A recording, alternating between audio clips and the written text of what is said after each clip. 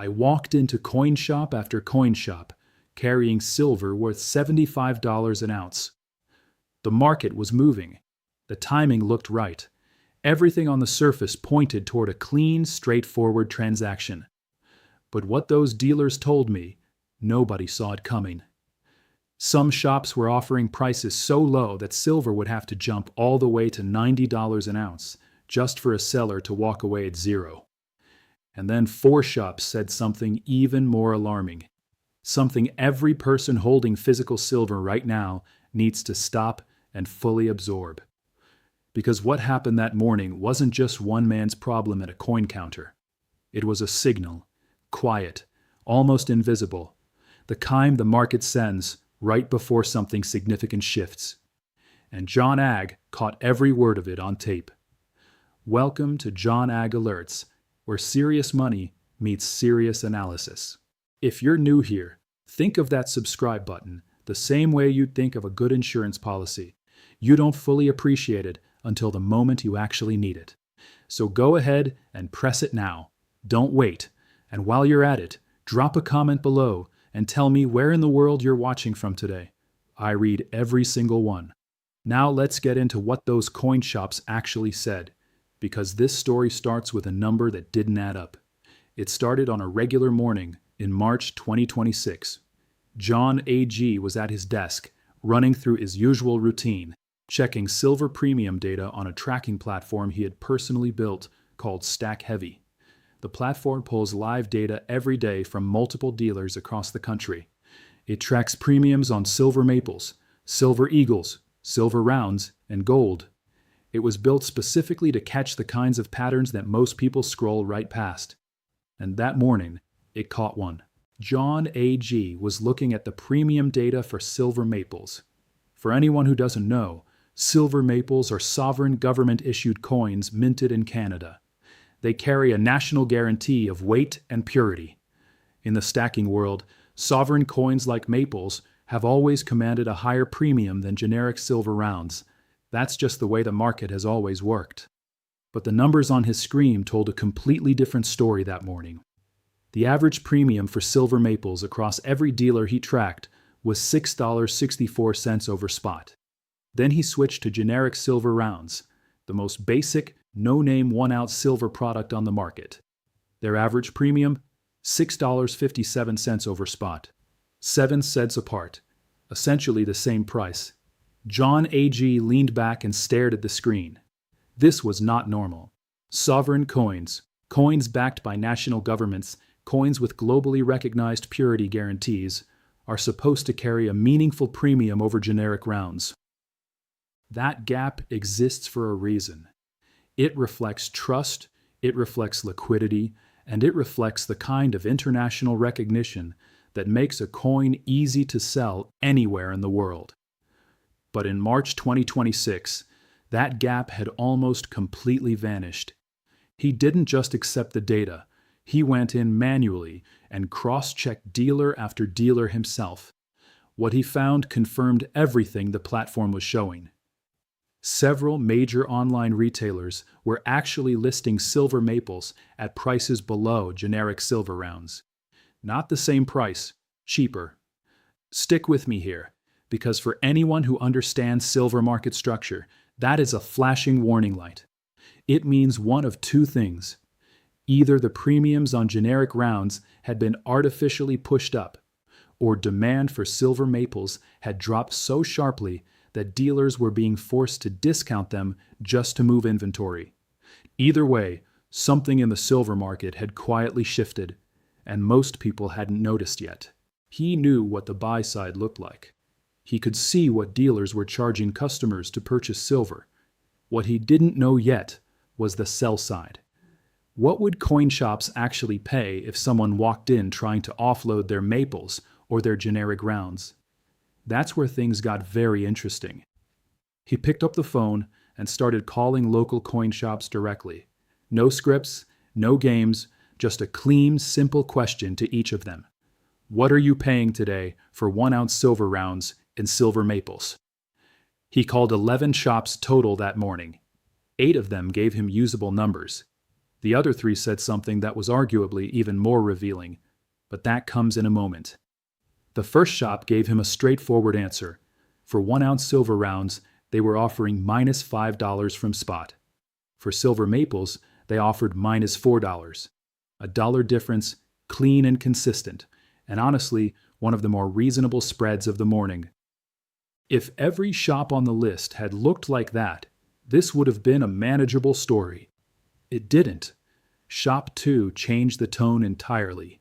That dealer was offering minus $10 from spot for 1 ounce silver rounds. On a $75 silver market, that means a seller walks away with $65 per ounce, before even factoring in what they originally paid for the metal. For silver maples, the same shop offered minus $7. Still painful, but noticeably better than what they'd give for rounds. That was the first real signal that the gap between rounds and maples wasn't just a $1 story. For some dealers, it was growing into something significantly more expensive for the person on the selling side of the counter. Shop 3 confirmed the pattern.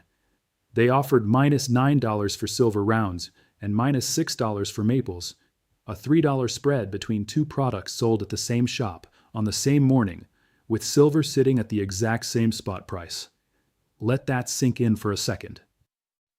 For someone selling a modest stack of 50 ounces, that difference alone represents $150 left on the table simply because of which product they had bought years earlier.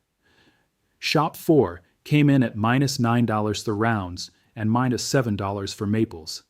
Another $2 spread, another data point pushing in the same direction. The pattern was becoming impossible to ignore. Generic silver rounds were consistently being penalized at the buy window. Sovereign coins, even with retail premiums that had nearly collapsed, were still being treated with measurably more respect when it came time to pay sellers out. Then came Shop 5, and this one was unforgettable, not because of the final numbers, but because of what the person on the phone said before she caught herself. When John AG asked what they were paying for silver, she initially quoted him a price over spot, somewhere between $6 and $8 above. She had assumed he was calling to buy, not to sell. The moment he clarified that he was looking to sell, the conversation shifted immediately. She recalculated. Minus $6. Same for rounds, same for maples. But here's what made that accidental slip so valuable. She had just revealed both sides of the equation without meaning to. They were selling silver to customers at $6 to $8 over spot.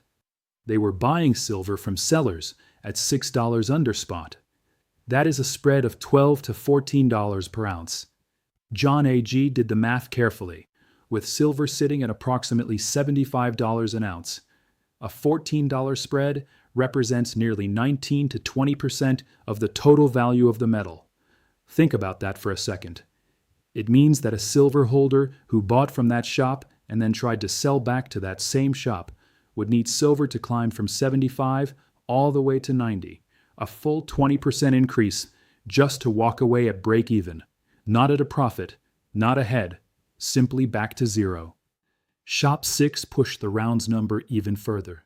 They offered minus $9.50 for 1 ounce silver rounds, the worst offer for rounds of the entire morning. But for maples, they came in at minus $4, matching the best maple price JON AG had received all day. A $5.50 difference at a single shop for two products that online buyers could now purchase for virtually the same price. The data was complete enough to draw a clear conclusion. Across 7 of the 8 shops that gave usable numbers, silver maples consistently outperformed generic rounds at the sell window. The average buy price for maples across those 7 shops landed at approximately minus $5.70 from spot.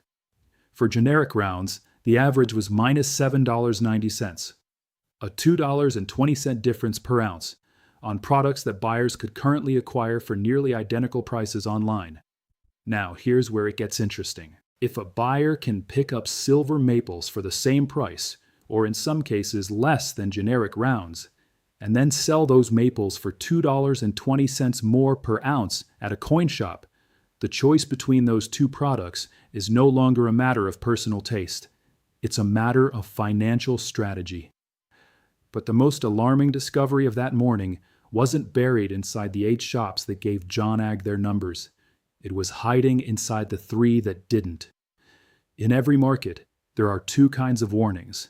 The first kind is loud. Prices crash, headlines scream, everyone panics at once, and the signal is impossible to miss. Most people only respond to this kind.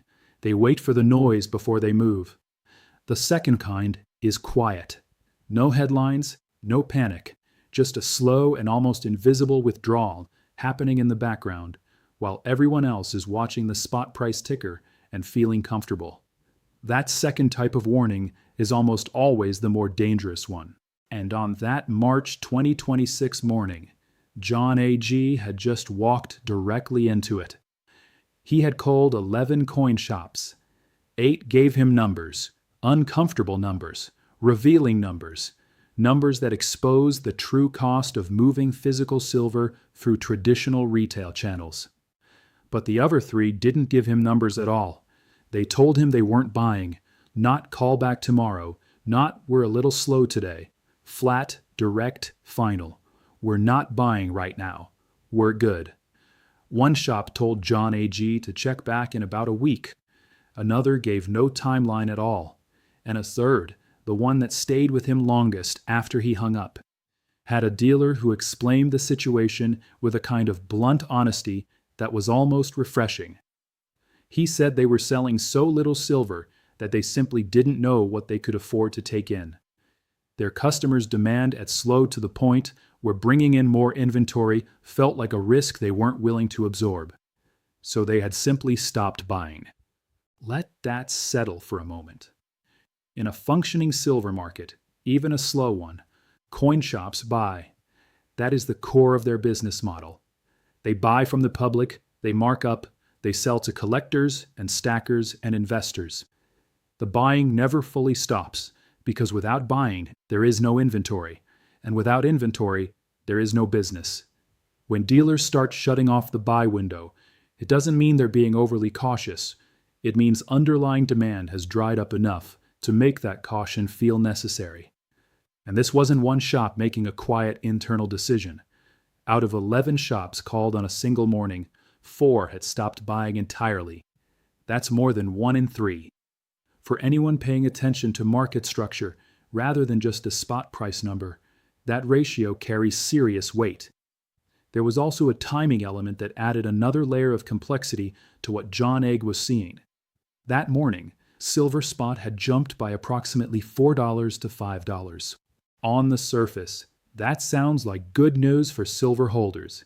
Prices are rising, the metal is moving, everything looks healthy. But for coin shop dealers, a sudden spike in spot price creates an immediate and practical problem. When spot jumps fast, the silver sitting in a dealer's case, metal they purchased days or weeks earlier at lower prices, suddenly becomes worth more. That part is fine. The problem is on the buy side. If they purchase new silver from walk-in sellers at today's elevated prices, and then spot pulls back tomorrow, they're left holding inventory that costs them more than the current market will support. So they stop buying, not because the market is crashing, but because the market moved too fast and too suddenly for comfort. This is the part of the silver market that almost nobody discusses openly. Spot price is visible. It moves on screens in real time and gives holders a sense of control, a feeling that they always know exactly what their silver is worth. But dealer behavior operates on an entirely different layer. It reflects inventory pressure, local demand cycles, cash flow realities, and real risk appetite. And when dealer behavior sends signals that contradict what the spot price suggests, experienced analysts know which one to actually trust. John AG had now collected enough data to see both layers clearly. The spot price said silver was strong. The dealers said something else entirely. 4 of them had quietly closed their buying windows. The shops that were still buying were offering prices that required a 20% price increase just to return a seller to break even. And the premium gap between sovereign coins and generic rounds, a gap that had defined silver stacking strategy for years, had nearly collapsed on the retail buy side, while barely moving on the dealer sell side. Every one of those data points taken alone could be explained away. A slow morning, a cautious dealer, a temporary spike in spot. Reasonable excuses, all of them. But together they form something that serious market watchers recognize immediately: a convergence. Multiple independent signals arriving at the same moment, all pointing in the same direction. The silver market that most stackers believed they were participating in, liquid, accessible, fair, was showing cracks that no spot price chart would ever reveal. Now here's where JON AG had to move from investigation into verdict. He had called 11 shops. He had documented buy prices across 8 of them. He had watched 4 dealers shut their windows entirely. He had heard a dealer accidentally expose a spread so wide that it demanded a 20% price increase just to reach break-even on a round-trip transaction. The data was complete. The conclusion was unavoidable. The first and most immediate takeaway was clean and direct. Silver maples were the better buy right now. Not because they're more visually appealing. Not because of national loyalty or collector preference, but because the cold, unsentimental data gathered from real dealers on a real morning supported that conclusion on both ends of the transaction. On the buy side, several major online dealers were listing silver maples at premiums nearly identical to generic rounds, and in some cases, cheaper. A sovereign government-backed coin carrying a national guarantee of weight and purity, available for the same price or less than a privately minted generic round with no such backing. On the sell side, the average dealer buy price for maples was approximately minus $5.70 from spot. For generic rounds, that average was minus $7.90, a $2.20 per ounce difference. For someone building a serious silver position, that gap is not a minor footnote. It is a strategic variable. Picture 2 silver holders. Both buy 50 ounces today at the exact same total cost because maples and rounds are currently priced identically online. 3 years from now, both of them walk into the same coin shop to sell. The holder carrying maples walks out with $110 more than the holder carrying generic rounds. Same investment, same timing, same shop, same spot price. A $110 difference simply because of which product they chose to hold. But JON AG was careful not to let this turn into a simple product recommendation, because the deeper lesson from that morning had nothing to do with maples versus rounds. It had everything to do with understanding the true structure of the silver market, specifically the gap between what the spot price tells you and what an actual transaction will actually cost you. The 20% spread revealed by Shop 5 was not an outlier. It was a window, a rare, accidental, honest look at what coin shop economics actually look like from the inside. Buy at minus $6, sell at plus $6 to $8, pocket the $12 to $14 difference on every single ounce that moves through the shop. That model works perfectly well for the dealer. For the silver holder, it means the spot price on their screen is not the price they actually live in. Their real price, the price at which they can genuinely enter and exit the market through a coin shop, is approximately 20% wider than the number everyone talks about. Silver at $75 spot is not $75 silver for most retail participants. It's somewhere between $65 and $85, depending on which side of the counter they're standing on. This is the part of the silver conversation that rarely gets discussed honestly. Most silver content focuses on why silver is undervalued, why the spot price should be higher, why manipulation exists, why the fundamentals are strong. All of that may well be true, None of it changes the fact that 4 out of 11 coin shops had stopped buying entirely on a morning when silver was up. None of it changes the math that requires a 20% price increase just to break even on a round trip through a single dealer. So what does smart money actually do with all of this? JON AG's analysis pointed toward 3 clear principles that any serious silver holder, or anyone considering entering the silver market, should internalize before making another move. First, never buy silver without understanding your exit. Before purchasing any silver product, a serious holder should already know where they'll sell it, what that dealer is likely to pay, and what spot price is required for that transaction to make financial sense. Buying silver because the spot price looks attractive is not a strategy. Understanding the full round-trip cost, purchase premium plus sell discount, is the only honest way to evaluate any silver position. Second, sovereign coins are not just collectibles. They are a liquidity advantage. The data from that morning confirms something experienced stackers have long understood, but rarely quantified.